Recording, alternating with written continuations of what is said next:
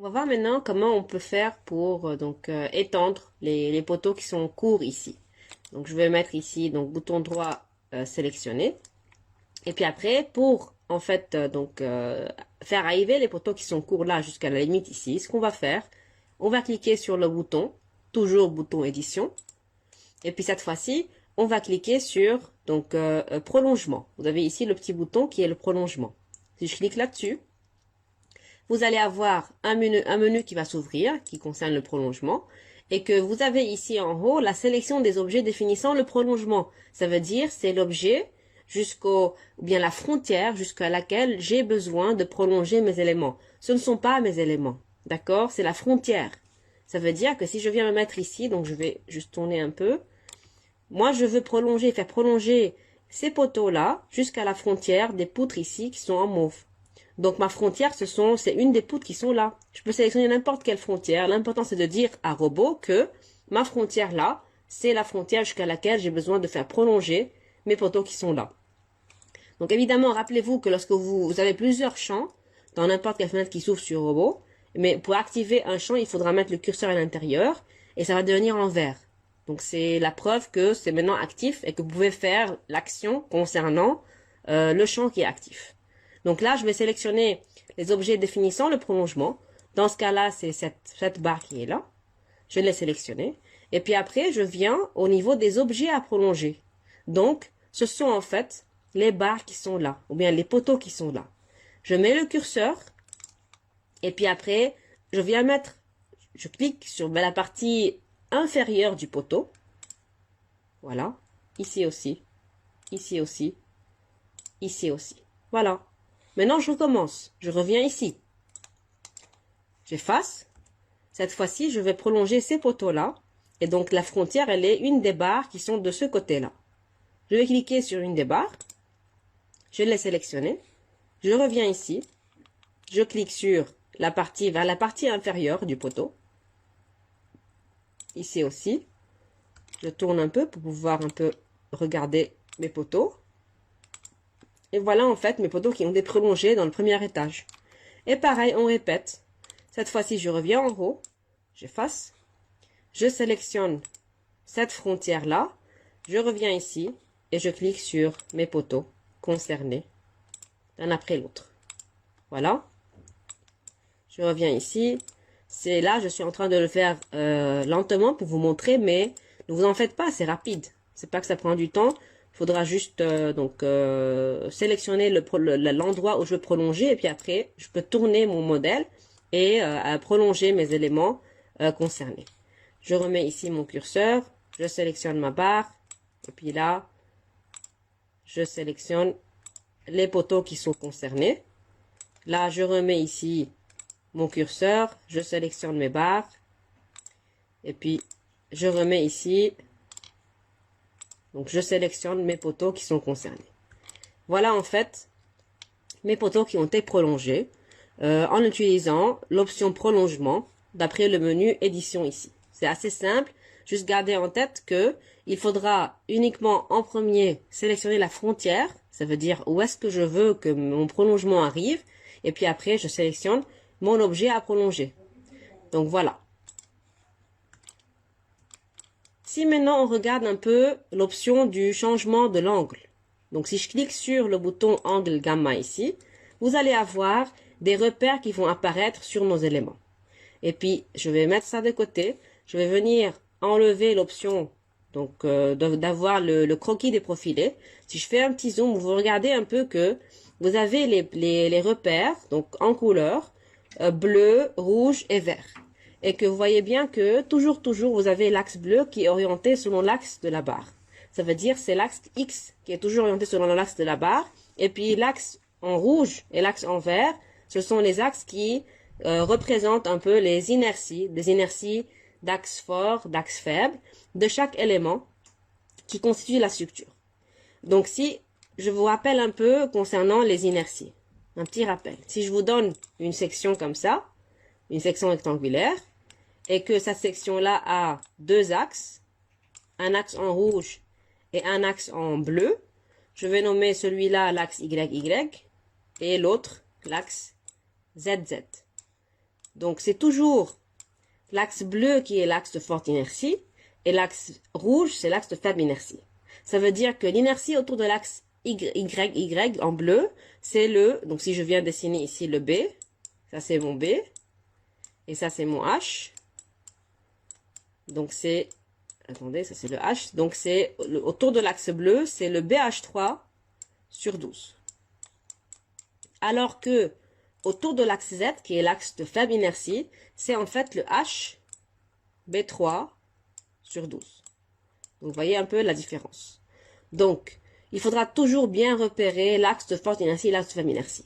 Pour pouvoir visualiser ces choses-là à l'œil nu, je vous conseille juste de voir de combien est éloignée la matière par rapport à l'axe en question. Par exemple, ici l'axe en bleu, c'est l'axe de forte inertie. Regardez la matière la plus éloignée, elle est là. Donc voilà la distance de la matière la plus éloignée par rapport à l'axe en bleu. Alors que la matière la plus éloignée par rapport à l'axe en rouge, elle est là. Donc ça veut dire que vous voyez un peu la distance en rouge que je vais nommer A et la distance en bleu que je vais nommer B. Vous voyez bien que B est plus grand que A. Et par conséquent, vous pouvez regarder qu'à l'œil nu, c'est l'axe en bleu qui est l'axe de forte inertie et l'axe en rouge, c'est l'axe de faible inertie. Donc juste un petit rappel concernant les inerties.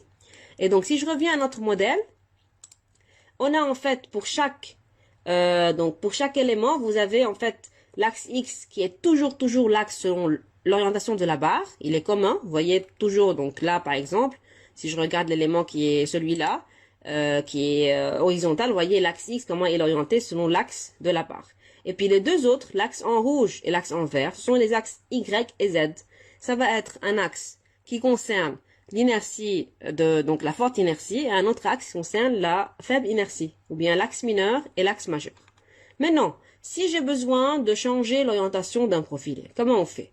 L'orientation, ça veut dire l'orientation des inerties. C'est uniquement l'orientation des inerties. Ça veut dire que si maintenant ici, j'ai l'axe X au niveau de l'axe de la barre, le bleu, le rouge qui est l'axe Z qui sort comme ça, donc qui est dans le plan de ce plan-là du bâtiment, et l'axe vert qui est l'axe Y qui est dans le plan qui est comme ça. Si je veux échanger, je vais venir quand même vous remontrer pour voir un peu comment apparaît le profilé. Vous remarquez bien d'ailleurs, donc là il y a les repères qui apparaissent pas très bien, mais c'est pas grave. Vous remarquez bien que là vous avez donc le vert, c'est en fait donc l'axe Y pour ce poteau là, c'est en fait l'inertie ou bien l'axe de forte inertie, alors que l'axe en rouge c'est l'axe de faible inertie. D'accord? Si je regarde un peu celui-là, pareil, vous voyez que l'axe en vert, c'est l'axe de forte inertie, et l'axe en rouge, c'est l'axe de faible inertie. Si on regarde, par exemple, il y a un endroit, c'est en fait la même chose partout, il me semble. Partout dans cet exemple, il y a les axes en vert, qui sont en fait les axes de forte inertie, et l'axe en rouge, les axes de faible inertie. Mais n'empêche que c'est pas toujours le cas, parce que là, je n'ai pas trouvé des exemples dans notre projet, mais gardez en tête que c'est pas toujours le cas. C'est pas que je vais avoir toujours l'axe en vert qui sera l'axe de forte inertie, et l'axe en rouge qui sera l'axe de faible inertie. Je peux avoir un élément où les choses sont échangées, donc faut faire attention. C'est pas toujours que le IY, il est plus grand que le IZ. Non, c'est pas toujours le cas. On peut avoir un IZ qui est plus grand que le Y. Tout dépend de l'orientation de mon repère sur mon élément. Donc, il faudra faire attention à ça. D'accord? Donc, ne gardez pas en tête que voilà, il y a Ix, ok, c'est une valeur, inertie torsionnelle, qui est en fait l'axe en bleu, l'inertie de l'axe en bleu. Et puis, les deux autres inerties, c'est pas que toujours, vous avez l'inertie, donc Y qui est plus grande que l'inertie IZ. C'est pas vrai. Ok? Il faut faire attention à ça. Il faut juste voir comment mon repère local de ma barre est orienté. Une chose encore, tout ce qu'on voit ici, ce sont des repères locaux. C'est un repère local de la barre. Alors que le repère qui est là, c'est un repère global de toute la structure. Et remarquez bien que, évidemment, chaque repère local, il tourne avec l'orientation de notre élément. Ça veut dire que là, on a une poutre qui est oblique. Vous voyez bien que l'axe X est orienté toujours selon la barre, d'une manière qui est oblique. D'accord? Là, j'ai un poteau qui est vertical. Vous voyez bien que l'axe X en bleu est orienté selon l'orientation verticale de mon poteau. Là, j'ai une poutre qui est horizontale. L'axe X est orienté selon l'orientation horizontale de mon poteau. Et puis, les deux axes vont suivre, le rouge et le vert. Bref, Si je viens ici et que je mets que voilà, j'ai besoin d'avoir une orientation de 90 degrés. Donc ça veut dire que je tourne un peu l'orientation de mes axes, ou bien l'orientation des inerties, d'une valeur de 90 degrés. D'accord? Et je vais remettre ici, voilà, comme ça, et que je viens mettre ici la liste des barres.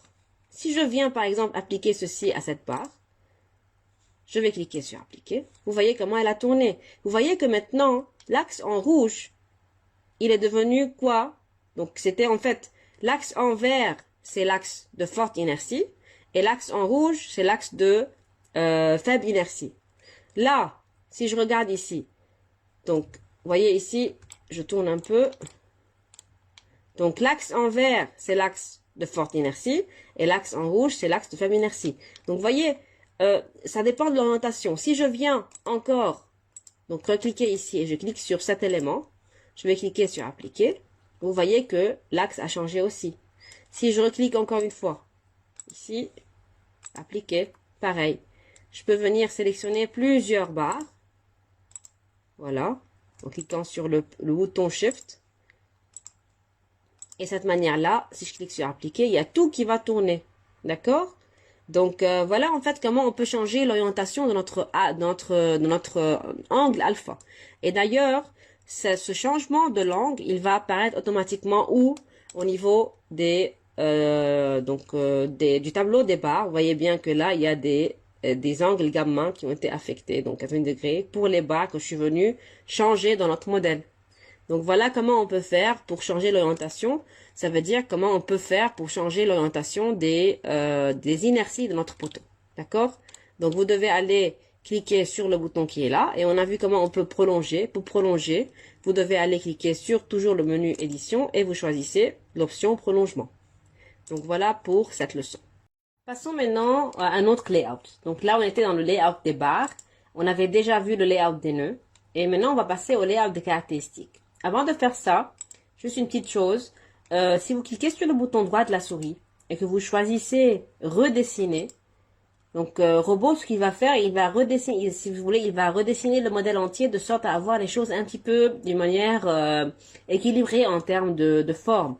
Par exemple, si je viens mettre ça ici et que je viens cliquer sur le bouton droit et redessiner, vous voyez comment il a rendu les axes plus petits, de sorte à avoir des choses plus équilibrées en termes de forme sur mon modèle. D'accord? Bref, donc si maintenant on passe à un autre layout, donc le layout caractéristique, et donc vous voyez comment les choses vont changer. Ici, ce qu'on va avoir, donc ici, c'est la librairie des épaisseurs. Normalement, cette librairie, elle affecte principalement les dalles et les murs qu'on n'a pas encore nous créés. Donc je vais garder ça de côté pour le moment. Et là vous avez la librairie des profilés, ça veut dire des sections qu'on a créées. Il y a en fait toutes les sections qu'on a créées nous-mêmes et aussi il y a d'autres sections qu'on n'a pas encore utilisées. Et cette librairie elle confond toutes les sections, que ce soit les sections en acier, en béton, donc toutes les sections sont là, d'accord? Et que vous voyez bien que par exemple nous on avait utilisé, donc je vais cliquer ici sur sélectionner. On avait utilisé donc cette section là, c'était la CR25 par 80 qui est en fait ici, d'accord? Si j'ai envie de changer l'orientation de mon 25 par 80, qu'est-ce qui se passe? Je peux venir double-cliquer sur la section qui est là. Elle va s'ouvrir et vous voyez bien que donc c'est la fenêtre qu'on avait vue avant pour la création de la section. C'est un poteau, c'est le matériau affecté à ce poteau. Si j'ai besoin de changer le matériau, je peux changer de là. Et puis tout le matériau affecté au poteau BA, qui sont en fait 25 par 80, vont avoir un matériau qui va être celui-là, si je le change. Donc si je veux mettre ici un 25-30 par exemple, je vais avoir maintenant, pour toutes ces sections-là qui avaient le 25 par 80, et les sections-là vont être affectées par un nouveau matériau. Pareil pour l'angle gamma. Donc, on peut venir changer ici l'orientation de notre gamma. Donc, en changeant ici l'orientation, en mettant le 90 par exemple. Si je vais cliquer sur ajouter, un profilé du même nom existe déjà. Voulez-vous le modifier? Et si je clique sur oui, donc vous allez voir maintenant, je vais cliquer oui et vous allez voir comment tout va changer. Donc, voilà, il a été changé le 25 par 80. Et vous remarquez bien que ici, avant, j'avais l'orientation des profilés, donc 25-80 qui était dans le sens comme ça. Et maintenant, elle a changé. D'accord? Et en plus, Si je reviens au module ou bien au layout bar et que je regarde un peu mes barres maintenant, vous allez voir en fait qu'il y a plusieurs barres, donc c'était le 25 par 80, qui a maintenant un matériau qui est égal à 25, 30, qu'on a changé. D'accord? Donc ce qui est cool dans ce layout, c'est qu'on peut changer toutes les propriétés de nos sections. Là, je veux recliquer là-dessus, je vais remettre quand même le matériau qu'on avait avant, et là, je vais mettre le tout à 0. D'accord? Ajouter, oui. Voilà comment les choses sont revenues comme elles étaient avant. Vous voyez comment les sections ont changé d'orientation lorsque je suis revenu à 0 et à un matériau de 130, 37. D'accord? Donc ça va nous permettre de changer un petit peu, de modifier nos sections. Une chose que je vous conseille de ne pas faire, c'est de changer les dimensions. Parce que si je viens faire un double-clic encore une fois sur la section celle-ci par exemple, et que je viens changer ici la dimension, si je mets un 30, vous voyez en fait que le label, le nom, n'a pas changé, ce qui est grave. Parce que si le nom ne change pas, moi j'ai en tête que c'est un 25 par 80, alors qu'en réalité c'est un 30 par 80. Et donc ça va induire en erreur, ça ne change pas automatiquement. Et si je veux venir le changer à la main, ce qu'il va faire, c'est qu'il va créer une nouvelle section par lui-même. D'accord? C'est pas qu'il va venir remplacer la section existante par les nouvelles dimensions. Non. Donc si je fais ça, donc attendez, je vais mettre une autre dimension. Je vais mettre un, disons, 35. Et là, je vais mettre un 35. Et puis, je vais mettre ajouter. Donc, il y a que cette option. Je vais mettre ajouter. Et je vais cliquer sur fermer. Vous voyez qu'elle a été ajoutée. Et celle qui était déjà là n'a pas été changée. Si maintenant je souhaite changer les sections CR25, 80 et les remettre avec une section CR35 par 80, ce qu'on peut faire, venir prendre le curseur. Vous voyez bien que sur le curseur, j'ai la nouvelle forme qui est en fait la forme de la section sur laquelle j'ai la flèche noire. Et si je viens cliquer par exemple sur ce poteau-là, il a été affecté maintenant de la nouvelle section CR35 par 80. Si je clique sur ce poteau-là, pareil. D'accord? Donc c'est comme ça qu'on peut venir changer la forme de notre section en créant, si vous voulez, une nouvelle section. Je vous conseille de faire ça au lieu de changer quand même les dimensions de la section existante sans que le nom change, ce qui est quand même grave pour la suite. Je vous conseille de créer une nouvelle section et de venir affecter cette nouvelle section aux endroits qui vous conviennent. D'accord? Donc voilà, on peut changer à la limite le gamma et le matériau.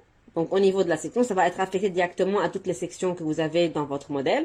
Mais par contre, les dimensions, je vous conseille toujours de recréer une nouvelle section et de l'affecter aux endroits que vous souhaitez changer, parce que vous n'avez pas intérêt à changer la section par là en changeant les dimensions sans changer le nom de votre section. D'accord? Au cas où j'ai besoin de créer une nouvelle section, complètement une nouvelle section, moi, je vous conseille de mettre la flèche noire là. Et puis après, cliquer sur ce bouton là pour définir un nouveau profil. OK? Et là, vous allez devoir passer par la même procédure qu'avant. Si je reviens ici sur poutre en BA, je peux venir ici faire entrer les dimensions. Disons, je vais mettre un 30 par 40. Et que voilà. Je vais mettre le même matériau et puis je vais cliquer sur ajouter. Automatiquement, elle va être ajoutée la section qui est là et je peux venir l'affecter soit en cliquant sur la barre que j'ai besoin de changer, comme on a vu maintenant, soit ce qu'on peut faire aussi, ce qui est encore plus pratique, c'est de venir cliquer ici à l'intérieur de cette fenêtre qui est là, qui nous indique que voilà, on peut indiquer le numéro des lignes et des barres qu'on a besoin de changer et d'affecter cette nouvelle section au numéro des lignes et des barres qui sont là. Si je viens par exemple cliquer sur cette barre, voilà son numéro qui apparaît. Je laisse je mets le doigt sur la touche Shift et je clique sur cette barre aussi, ça va apparaître aussi, etc. Donc je choisis comme ça les éléments que je souhaite affecter par ce changement. Vous voyez bien comment il est venu introduire tous les numéros des barres que je souhaite quand même changer de section et puis il va venir appliquer le changement. Voilà comment le changement a été affecté. D'accord? Donc voilà comment on peut faire un changement de nos sections.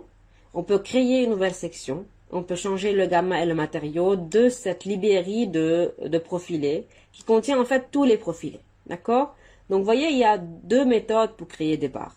Soit on peut créer les barres à partir du menu, ou bien du layout bar, comme on avait vu, donc si je me remets ici, et puis je viens cliquer sur cette petite icône, on avait vu qu'on peut venir cliquer sur les 3 points ici, et puis je crée donc ma section automatiquement. Je peux faire ça, ou bien je peux aussi créer une nouvelle section grâce au layout caractéristique, où je peux quand même cliquer sur ce petit bouton là, qui va m'aider à venir créer une nouvelle section. Et elle va être introduite dans la librairie des sections. Toutes les sections vont être introduites ici. Donc ce qui est vraiment cool ici, c'est qu'on trouve toutes les librairies, pas uniquement des profilés. Il y a aussi des épaisseurs, il y a aussi les librairies des relâchements. Donc c'est vraiment un layout qui caractérise les librairies. Et donc pour chaque section, vous pouvez avoir les propriétés. Donc on peut venir faire un double clic pour revoir un peu notre section, à quoi elle ressemblait. D'accord? Donc, à ce qui a été introduit pour la section. Une dernière chose encore, c'est que si par exemple vous venez et vous cliquez sur votre section, vous pouvez changer ici la couleur. Donc, on peut changer la couleur ici. Donc, disons, je vais affecter un vert et je vais cliquer ajouter. Il va me dire qu'il y a déjà une section qui existe. Donc, est-ce que je veux la modifier? Oui. Et puis, si je fais ça, vous voyez comment le vert a été affecté à toutes les sections qui avaient cette dimension, à toutes les barres qui étaient affectées par cette section. D'accord? Donc, on peut changer par là l'angle gamma, on peut changer le matériau, on peut changer aussi la couleur.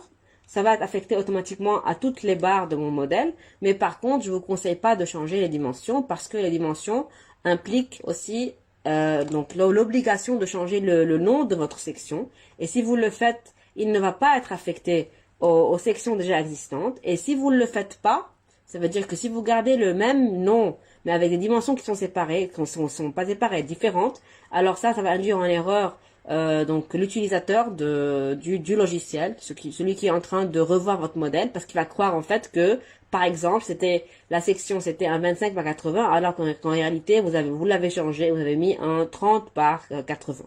Donc faites attention à ça, c'est très délicat et très important. Donc voilà pour cette leçon. Si on regarde maintenant comment on peut dessiner des panneaux, d'accord? Donc là, on était dans le layout caractéristique. Et si on regarde un peu donc les modules qui sont là, il n'y a pas en fait un module ou bien un layout qui concerne particulièrement les panneaux, ça veut dire les dalles et les refends. Donc ce qu'on fait, la chose la plus adéquate à faire, c'est de revenir sur le module ou bien le layout géométrie. Comme ça, c'est un layout iarien et puis on peut faire ici, on peut dessiner nos panneaux, d'accord? Je vais venir enlever quand même les repères. Normalement, sur robot, si j'ai besoin de dessiner un panneau, je dois avoir ce qu'on appelle un contour qui est fermé. Ça peut être, c'est un polygone en fait, ça peut être un polygone de 4 côtés, ça peut être un polygone de 5, 6, 7, peu importe. L'important, c'est que ça soit un contour qui est fermé. Si c'est pas un contour qui est fermé, robot ne peut pas détecter en fait que c'est qu'il doit mettre ici un panneau. D'accord? Donc, si vous avez envie de dessiner un panneau, vous devez aller cliquer sur, donc ici, le bouton panneau. Vous allez avoir une fenêtre qui va s'ouvrir comme d'habitude, et puis vous avez plusieurs champs. Et si vous cliquez à l'intérieur d'un champ, il va être activé. Vous avez en haut le numéro, ça on sait c'est quoi, on s'en fiche un peu parce que c'est robot qui fait ce travail, donc on n'a pas ce problème. Et puis après, vous avez le mode de création. Soit vous pouvez créer votre panneau en cliquant via un point interne d'un contour qui est fermé, soit avec la liste objet. Donc quand je dis contour fermé, ça veut dire que si je regarde ici par exemple, vous avez 1, 2, 3. Si je veux dessiner un panneau ici au niveau de cette partie qui est là, robot ne pourra pas le faire. Parce que j'ai ici en bas un côté qui est libre, c'est ouvert, donc il n'y a rien. C'est pas un contour qui est fermé. J'ai besoin encore d'un quatrième côté pour fermer ce contour-là et que à ce moment-là, robot pourra détecter en fait qu'il y a un contour fermé et par conséquent il pourra dessiner un panneau. Donc, encore une fois, c'est un polygone. Peu importe le nombre de côtés, ça doit être un polygone qui est fermé. D'accord? Si je viens maintenant mettre mon curseur ici et qu'on essaye de dessiner un panneau en utilisant l'option du point interne. Je viens cliquer ici par exemple. Il va me dire que le contour n'a pas été reconnu. Ce qui est normal parce que je suis dans le mode 3D et que par conséquent, si je viens, moi j'ai envie qu'il me dessine un contour ici. Sauf que là, c'est pas clair. Il y a aussi ce contour, donc il y a un contour qui est là, qui est donc avec les éléments en mauve. Il peut y avoir un contour de ce côté-là, donc il y a ici aussi un petit creux. Donc c'est pas évident. Il faudra quand même bien lui dire où est-ce que j'ai envie de créer mon contour. D'accord? Ça doit être clair. Et pour le faire, on doit se mettre sur un plan et non pas dans une vue 3D. Donc j'explique un peu le principe des plans avec Robot. Je vais fermer ça pour l'instant. Vous avez ici le fameux cube qu'on avait déjà vu avant. La petite maison qui est là, ça concerne une vue en 3D, en perspective. Et puis après, vous avez les facettes de ce cube.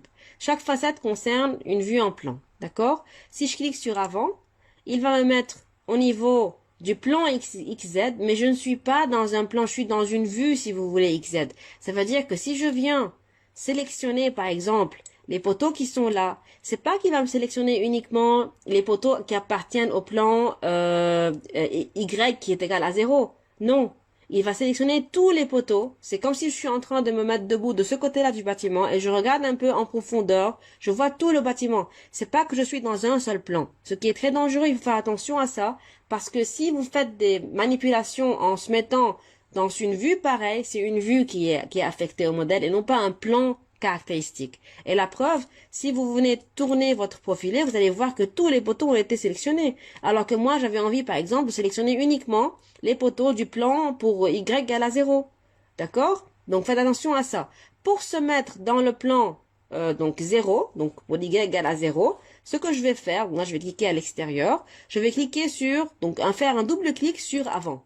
Si je fais ça, vous remarquez qu'en bas, j'ai maintenant Y égale à 0. Et si je viens sélectionner maintenant les poteaux, ces deux poteaux, on va les sélectionner seulement. Si je me remets en 3D, vous allez voir en fait que uniquement ces deux poteaux ont été sélectionnés, alors que les poteaux qui sont là-bas n'ont pas été affectés. C'est ce qu'on a envie d'avoir. D'accord? Donc, vous voyez ici, si j'ai besoin, donc je vais me remettre en faisant un double clic, si j'ai besoin de voir un autre plan autre que le Y égale à 0, je peux venir jouer avec ces flèches qui sont là. Donc, si je monte encore, à 2 mètres, je n'ai rien. À 4 mètres, je n'ai rien. À 6 mètres, oui, j'ai quelque chose. À 8, j'ai rien. À 10, j'ai rien. À 12, oui, j'ai quelque chose. Parce que rappelez-vous, lorsque nous, on avait dessiné notre structure, il y avait une distance entre le premier plan qui est là et le deuxième plan. C'est une distance de 6 mètres. Ça veut dire que si je me déplace au niveau des Y en changeant entre 0, 2, 4, 6, 8, je vais rien voir au niveau du 2 et de 4 mètres. Je vais voir uniquement un plan au niveau du 0 et du 6 mètres. D'accord? Et du 12 mètres, et du 18 mètres, etc. D'accord? Pareil, si par exemple, je vais cliquer sélectionner, je vais cliquer à l'extérieur. Si je viens cliquer sur en haut, le haut. Là, je suis dans la vue en haut. C'est pas que je suis dans un plan particulier. D'accord? Ça veut dire que si je viens sélectionner maintenant les poteaux, les poutres qui sont là, je regarde en haut, toutes les poutres de tous les étages vont être sélectionnées. Là, ça veut dire toutes les poutres qui touchent, en fait, rappelez-vous, le cadran que je suis venu dessiner. Et la preuve, si je regarde en 3D, vous voyez que tout a été sélectionné. Pareil ici, si j'ai besoin uniquement de sélectionner les poutres qui appartiennent à un plan, seulement un petit plan de la face, donc si je me mets ici, de la face Z égale à 0, ce que je dois faire, donc là, si je me retourne comme ça, je clique un double clic sur haut, vous voyez bien que là, je suis dans le Z égale à 14 mètres. Si je retourne, 16, je n'ai rien. 18, j'ai quelque chose. 28, j'ai quelque chose. D'accord? Donc là, je suis en train de sauter d'un plan à un autre. Donc, si je reviens à 0, par exemple, ce que je vais avoir, c'est quoi? La base. Vous voyez qu'il n'y a que des nœuds. Pourquoi? Parce que je suis au niveau de la fondation et au niveau de la fondation, on n'a pas dessiné des éléments en nous. On a uniquement dessiné les nœuds pour l'instant et on va devoir avoir à ce plan-là les fondations ou bien les appuis si vous voulez. Et pourquoi lorsque je suis en train de monter d'un plan à un autre, des fois j'obtiens une structure comme ça et puis après une autre, je saute encore de 8 mètres et après j'ai une autre à 14. Pourquoi? Parce que rappelez-vous la forme de la structure. Si je me mets en 3D, c'est pas un étage qui est qui est horizontal. Vous avez ici une forme, donc une poutre qui est oblique, qui fait que vous avez une montée. Donc moi, lorsque je me mets ici, ça c'est un plan pour un Z particulier. Ensuite, je n'ai rien entre ce plan-là et le plan qui est en haut. Donc je n'ai rien, je vais rien avoir. Ensuite, je n'ai rien entre ce plan et ce plan-là. Pareil, entre ce plan et celui-là, entre celui-là et celui-là, etc. D'accord? Donc, il faudra bien gérer ces choses-là. Vous avez ici la légende qui vous aide d'ailleurs à voir, à visualiser les couleurs de vos éléments, ce qui est très pratique. Et vous avez ici en bas les plans que vous pouvez jouer avec. Mais rappelez-vous qu'il faudra, pour se mettre vraiment dans un plan comme il faudra à tout prix faire un double clic sur la face voulue. Et à ce moment-là, on peut venir jouer avec les Y qui sont là. Vous voyez que là, je suis dans le plan XZ et par conséquent, je peux jouer avec les Y. Si je me mets, par exemple, au niveau du haut, je fais un double clic, je suis dans le plan XY qui est indiqué ici d'ailleurs, donc tout est indiqué ici, et alors je peux jouer avec le Z, je peux changer le Z. Si je me remets ici et que je me remets par exemple droite, un double clic, vous voyez que là je me mets dans le plan YZ, donc le vert et le rouge, et que par conséquent on peut jouer maintenant avec la profondeur étant le X. Et n'oubliez pas que si vous ne faites pas ça, vous ne faites pas un double clic, ça veut dire que vous n'êtes pas vraiment dans un plan. Vous êtes dans une vue et que n'importe quelle sélection que vous êtes en train de faire, elle va être affectée à toute la vue, à toute la profondeur de votre bâtiment. Alors que nous, on veut pas ça. On veut des fois uniquement des éléments appartenant à un plan particulier. Ça veut dire qu'on doit faire un double clic et après on choisit ici le plan voulu. D'accord? On peut changer aussi le plan ici d'ailleurs. Pas uniquement d'après le petit cube qui est là. Si je viens et je me mets par exemple au niveau de XY,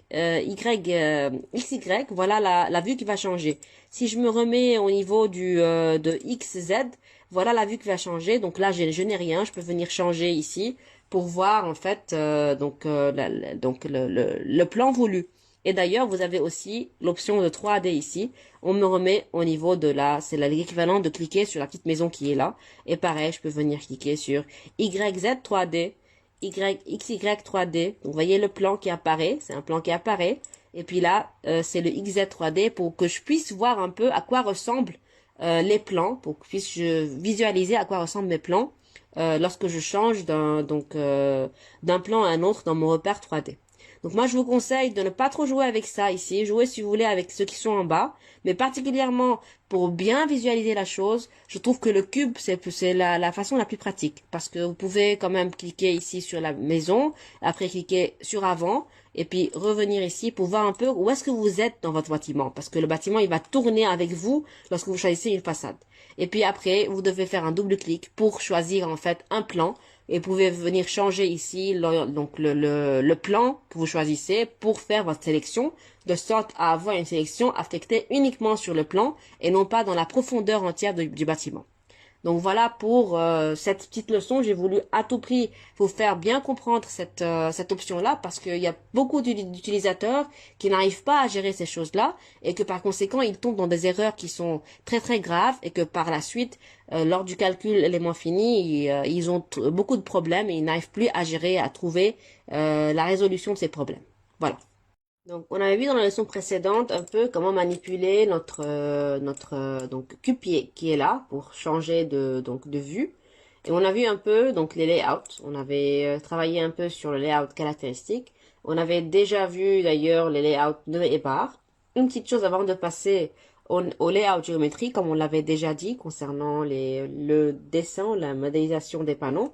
Une seule chose, au niveau du layout caractéristique, ce qu'on peut faire aussi, c'est donc cliquer sur le bouton droit, sélectionner. Ensuite, cliquer sur le bouton droit et puis sélectionner un tableau. Et puis là, vous allez avoir un choix de plusieurs tableaux que vous avez envie de voir. Donc, vous voyez bien qu'il y a au niveau de la première ligne et de la deuxième ligne, le tableau des nœuds et des barres qu'on avait déjà vu dans les leçons précédentes. Et donc, il y a aussi d'autres choses. Il y a les réactions, les déplacements, les efforts, donc les résultats, qu'on peut aussi visualiser. Si je clique sur barre, je clique sur OK, vous allez voir en fait un récapitulatif de toutes vos barres dans votre système. Et ça sera quand même un bon check-up pour vous de bien contrôler que tout va bien. On avait dit qu'on peut changer tout ce qu'on a envie de faire au niveau du changement du matériau, du gamin, du type de barre. Et puis après, on a vu aussi qu'on peut aussi réarranger, donc faire un ordre. Et le fait de mettre un ordre, c'est quand même très pratique parce que lorsque vous avez la flèche qui est vers le haut, ça veut dire que vous avez un ordre qui est donc croissant. Et si vous avez la flèche vers le bas, c'est un ordre qui est décroissant. Et de cette manière-là, vous pouvez contrôler si vous avez des endroits où il y a un NA qui est mentionné. Parce que si c'est le cas, c'est quand même un problème parce que vous allez avoir des problèmes de calcul par élément fini. Donc vous avez intérêt à avoir toutes les cellules bien remplies. Et ça, c'est un très bon moyen pour contrôler que tout va bien. D'accord? Parce que le N, c'est quand même, ça va se mettre par ordre alphabétique et vous allez pouvoir visualiser les NA si jamais ils existent. Donc voilà, c'était ça. Donc on avait vu, on s'est concentré sur plusieurs layouts, les 3 layouts principaux, donc nœud, barre, caractéristique jusqu'à présent. On avait dit que pour modéliser les panneaux, on peut pas le faire via un layout qui est spécial au panneau. Et donc on va devoir revenir au layout géométrie. On s'est concentré un peu sur les modes de vue qu'on peut avoir ici. Et puis on a dit que pour modéliser, bien pour dessiner un panneau, on doit cliquer sur le bouton qui est là. On avait 2 moyens pour le faire, soit en choisissant la méthode du point interne, soit en choisissant la méthode des listes d'objets. Le point interne, on avait dit que le fait de le faire en 3D, c'est pas évident parce que, là je vais juste enlever, voilà, parce que Robot ne pourra pas détecter en fait un contour. Si j'essaye ici comme ça, il va me dire qu'il n'a pas pu détecter un contour, c'est pas évident. C'est la raison pour laquelle on est allé introduire les vues en plan. Et on avait dit qu'on a intérêt à se mettre toujours en plan pour pouvoir dessiner nos panneaux. Donc si je le fais, je vais mettre sélectionner. Je vais mettre par exemple, je vais mettre tout ça ici, comme ça. Je vais mettre par exemple en vue avant, en faisant un double clic. Et maintenant, si je me mets ici et je viens dessiner, je choisis ce contour-là, je vais avoir un panneau qui va se dessiner. Ce contour-là, pareil. Si je viens et je me remets en 3D, et puis, je vais choisir maintenant la droite. Un double clic aussi. Voilà, je peux venir remettre le curseur ici. Le champ actif va se mettre en vert. Et je clique là où je veux pour dessiner mon panneau. Je contrôle qu'est-ce qui se passe en 3D. Vous voyez en fait les panneaux qui ont été dessinés en 3D. Et puis parce qu'il y a des contours assez clairs que Robot a pu détecter. Parce que je me suis mise en plan comme il faut pour pouvoir dessiner ces panneaux. Maintenant, si je viens et j'essaie de dessiner un panneau en bas, ça veut dire dans la zone qui est ici par exemple, ça va pas aller parce que il y a en bas une face qui est manquante. C'est pas un polygone qui est fermé. Rappelez-vous que pour Robot, le fait de dessiner un panneau, c'est juste un panneau. Ça peut être une dalle, un élément qui est horizontal, ça peut être un refend ou bien un mur. Mais pour lui, ça reste une dalle. Pour nous, on va les nommer refends si c'est des éléments qui sont verticaux. Et puis horizontaux, ça veut dire des dalles. Donc pour combler ce problème ici, pour fermer ici le carré, pour avoir ici un contour fermé, ce qu'on peut faire, on peut adopter donc la méthode de dessiner des barres en bas. Une barre pour fermer le tout. Je dessine ensuite mon panneau et après je viens et puis je supprime ma barre. Donc c'est un moyen qui est un petit peu qui est pas trop à recommander parce qu'on peut pas tout le temps dessiner et effacer des choses. Donc mais je vous montre quand même, il y a quand même si vous avez à faire ceci pour un seul panneau, c'est pas grave, mais des fois si vous avez à faire ceci pour des centaines de panneaux, c'est quand même pas évident et je vous conseille pas d'adopter la méthode que je vous montre ici. Donc si je vous montre ici donc le bouton des barres, donc il y a ici le bouton des barres, comme dans le layout bar, c'est la même chose. Et le bouton des nœuds, c'est comme pour le layout nœud, qu'on avait déjà vu. Donc si je clique sur le bouton des barres, je vais choisir n'importe quelle barre, parce que moi je vais aller après la supprimer. Disons je vais prendre une poutre, puis là je vais choisir 40 par 40 par exemple. Et je viens et je dessine ma poutre qui s'étend de là à là. Et puis maintenant, si je me mets en 3D, donc voilà, et puis j'ai besoin de me mettre dans le plan avant, comme ça, voilà. Et maintenant, je viens cliquer sur le bouton panneau, qui est là, et je me mets au niveau du champ actif, je sélectionne le contour qui est fermé, donc ça va très bien, et je ferme, et puis là, si je contrôle, voilà en fait mon panneau. Ce que je peux faire maintenant, c'est venir, donc je sélectionne mon élément, et je le supprime. Et voilà, je peux avoir ça comme résultat qui est quand même très bien. Mais je vous conseille encore une fois, si vous avez plusieurs éléments à faire de cette manière-là, ce n'est pas pratique, ce n'est pas professionnel. Je vous conseille d'adopter une autre méthode. Donc la deuxième méthode, donc déjà pour supprimer un panneau, vous n'avez qu'à le sélectionner. En maintenant la touche Shift, on peut sélectionner les panneaux et puis je clique sur Delete. La deuxième méthode qu'on peut adopter, si je reviens sur le menu qui est là, vous avez ici le bouton Polyline ou bien contour. Et puis ça, ce sont des lignes de construction. C'est pas des éléments qui vont travailler pour reprendre les charges d'une structure. C'est juste des éléments de construction. Moi, ce qui m'intéresse, c'est de dessiner une ligne. Parce que je veux fermer, en fait, le contour qui est là. Et si je dessine une ligne comme ça, je vais mettre ici, j'ai choisi ligne ici. Je mets le curseur ici. Je dessine ma ligne. Voilà. Je vais fermer. Et je vais revenir au bouton panneau. Je vais donc soit le mettre dans l'option du point interne. Je vais cliquer sur avant ici. Double-clic. Et si je mets ici, voilà, il a pu détecter le contour fermé. Je contrôle que tout va bien. Et voilà le résultat. D'accord? Donc voilà, je vous conseille d'utiliser toujours plus professionnellement le bouton contour pour délimiter votre contour de votre panneau.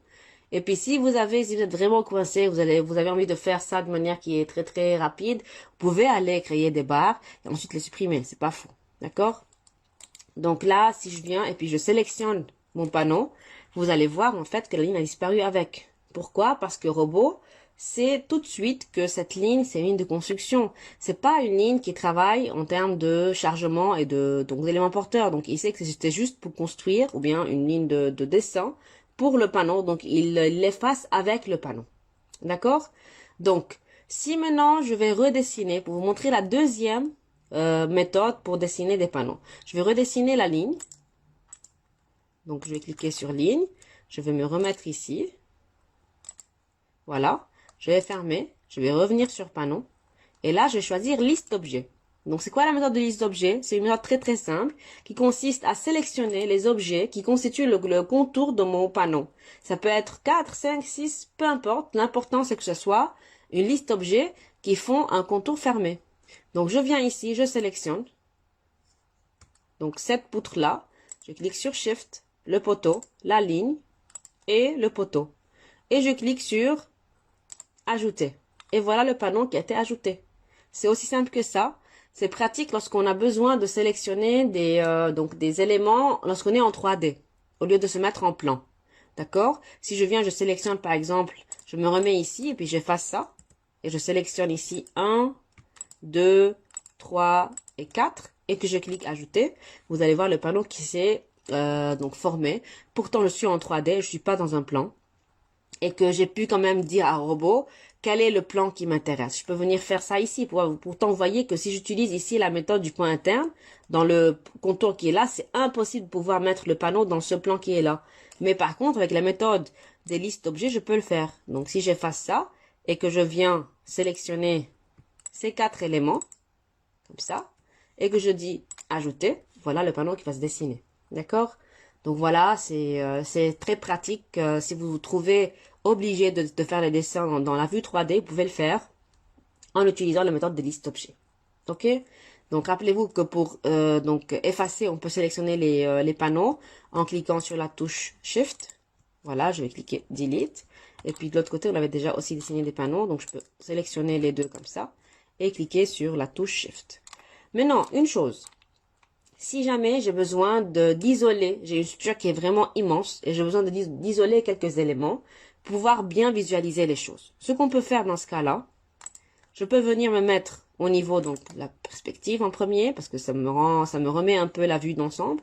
Imaginons que j'ai envie de visualiser uniquement le dernier étage. Je viens, je clique sur avant et je clique sur le bouton droit, sélectionner. Je sélectionne l'étage entier. J'ai pas fait un double clic. Donc, si vous remarquez que tout a été sélectionné. Et ce qu'on peut faire, on peut venir cliquer sur le bouton qui est là, qui est en fait un bouton qui va me permettre d'isoler la sélection. Mais c'est pas que l'autre partie a disparu, non. C'est juste pour pouvoir regarder ou bien modéliser ou bien visualiser la partie toute seule, l'isoler. Et vous remarquez bien que là, tous les nœuds concernés ont été sélectionnés et toutes les barres concernées ont été sélectionnées.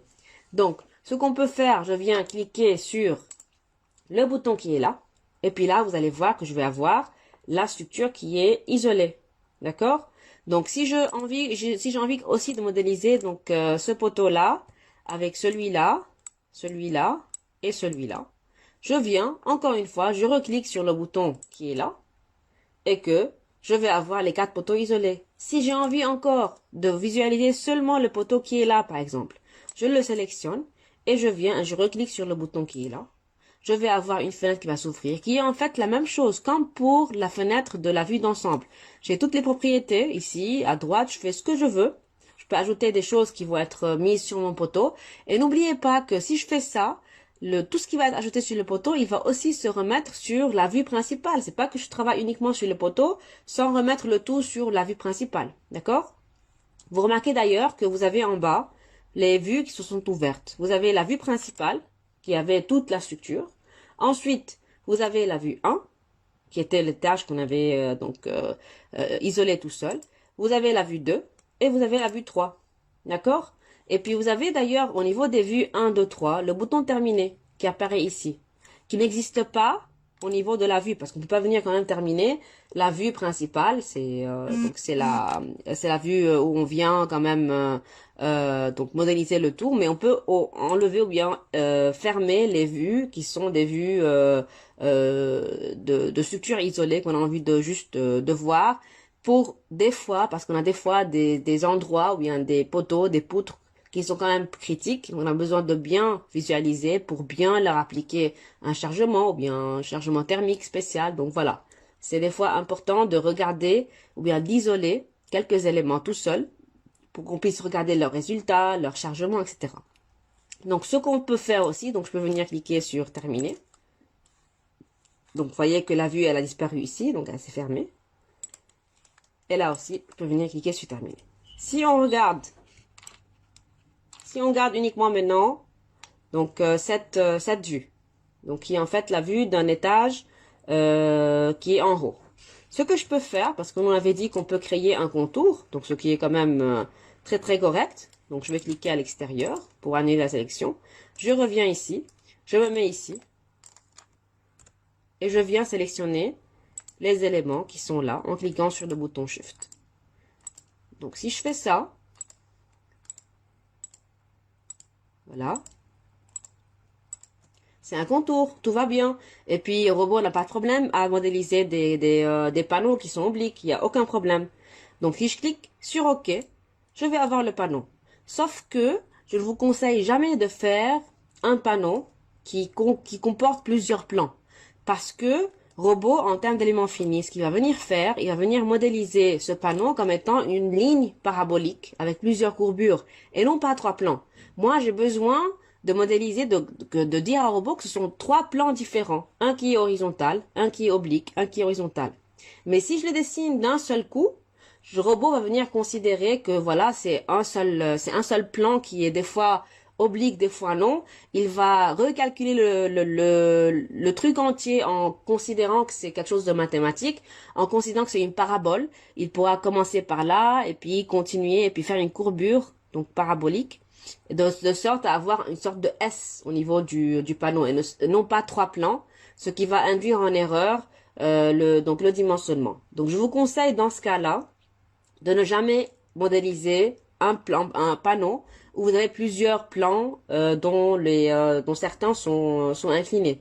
Donc ce que je vous conseille de faire dans ce cas-là, donc vous reprenez le panneau qui est là, vous le supprimez, et là vous créez donc trois panneaux.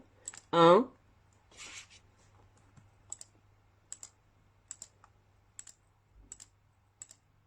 donc ça c'est un panneau, j'ajoute. Deuxième panneau. N'oubliez pas de garder le point sur, donc d'appuyer sur la touche Shift, ajouter, et puis le troisième panneau. De cette manière-là, il va considérer que j'ai en fait, attendez, là j'ai gardé le doigt sur le bouton Shift avant de commencer le troisième panneau. Voilà. Et je vais avoir comme ça le troisième panneau. De cette manière-là, il va considérer que j'ai trois plans qui sont dissociés. C'est vrai que même si ce sont trois plans, ils sont toujours associés en termes de continuité. J'ai pas de problème. Mais je veux pas que robot considère que j'ai un plan ou bien un panneau qui est constitué de trois plans en considérant une sorte de fonction mathématique parabolique, parce qu'il va considérer que c'est un plan, bien c'est une courbure plutôt, au lieu de considérer que ce sont trois plans par les génératrices. Donc c'est ça le problème. Maintenant, vous allez me dire, mais c'est quoi la différence entre le fait de dessiner, donc, par exemple, 1, 2, 3 panneaux, au lieu de faire un panneau entier pour ces 3 carrés qui sont là? Alors, je vous dis qu'il n'y a pas de problème, mais je vous conseille, tant que vous avez un plan qui est donc, où il y a les panneaux qui sont donc dans un même niveau, je vous conseille de le faire d'un seul coup, en sélectionnant dans la liste d'objets le contour total, au lieu de faire 3 petits carreaux, parce que n'oubliez pas qu'il y aura le chargement après, et que si vous dessinez plusieurs petits carreaux, ça va quand même c'est un très grand boulot à remettre le chargement sur tous les panneaux, ça va quand même prendre un temps fou, et ça peut vous induire en erreur.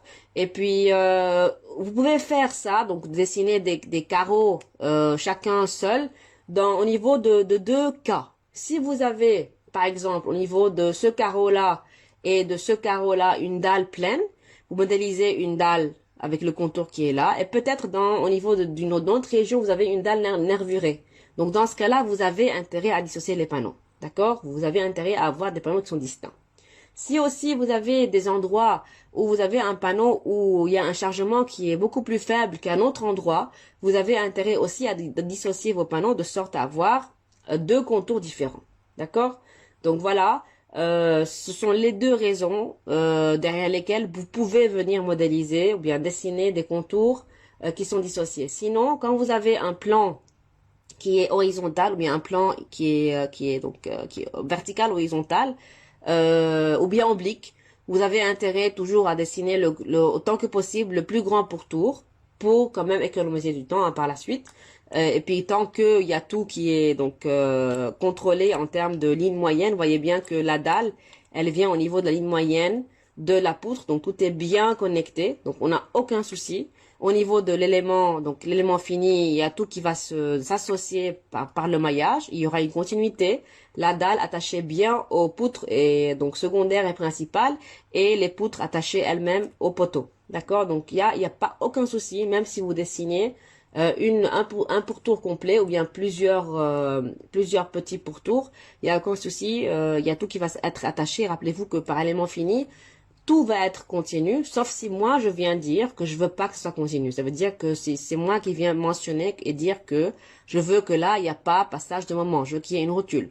Si c'est moi qui le dis, alors là, ça va se passer. S'il y a rien, si je dis rien, il y a tout qui va être continu. Ça veut dire qu'il y aura passage des moments, ou bien transition des moments, par les poutres au niveau des poteaux, par les dalles sur les poutres. Donc il y aura les moments qui vont être transmis partout, c'est quelque chose qui est continu.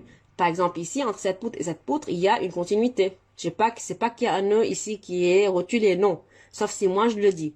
Donc là, il y a une continuité. Et entre les panneaux là, il y a une continuité. Donc il y a des continuités partout, sauf si moi je le précise. Voilà. Donc voilà pour cette leçon. Si on résume, ce qu'on a vu, on est allé voir un peu donc comment isoler des éléments, ce qui est très important. Comme ça, on peut visualiser mieux notre structure et mieux appliquer ce qu'on a envie de faire sur la structure. On est allé voir les 2 méthodes de création des panneaux. On peut le faire via un point interne ou bien via la liste d'objets. Le point interne, c'est plus critique si on peut pas le faire avec une vue 3D, donc c'est mieux de le faire en plan, toujours. Alors que la méthode de liste d'objets, on peut la faire en 3D. Et si vous n'avez pas un pourtour qui est fermé, vous avez intérêt toujours à le fermer, soit en utilisant une barre que vous pouvez effacer par la suite, soit en créant un contour qui est plus professionnel. Et puis après, si jamais vous avez envie de supprimer ce panneau, et il y a un contour qui a été dessiné, ce contour-là va être aussi supprimé parce qu'il est considéré comme étant une ligne de construction et non pas un élément porteur. D'accord? On a dit que le fait de dessiner plusieurs panneaux ne change rien en termes de continuité. Et je vous conseille de dessiner autant que possible des panneaux qui sont assez grands, ça change rien, sauf si vous avez un changement de type de dalle ou bien un changement de type de chargement, ou bien un chargement qui est plus faible d'une dalle à une autre. Donc là, je vous conseille de dessiner plusieurs petites dalles, plusieurs petits carreaux. Donc là, si je reviens dans la vue ici, vous allez voir en fait que le panneau a été dessiné en haut. Donc vous voyez que tout est transmis au niveau de la vue principale. Donc voilà pour cette leçon.